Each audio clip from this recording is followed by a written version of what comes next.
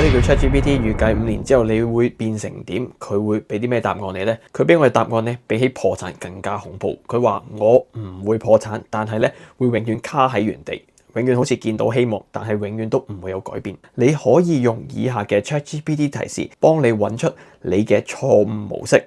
首先，輸入根據你而家睇到嘅對話同埋記憶，分析我喺工作同埋事業上面反覆出現嘅思考啦，同埋決策模式，邊一個模式最可能令我5年之後仍然都會卡喺同一個位置。ChatGPT 就會幫你喺過去問過嘅問題入邊啦，揾一啲你可能自己冇發現到嘅線索，跟住你可以喺同一個對話框架入邊再輸入。如果我完全唔改變而家嘅思考、選擇同埋工作方式，推演我未來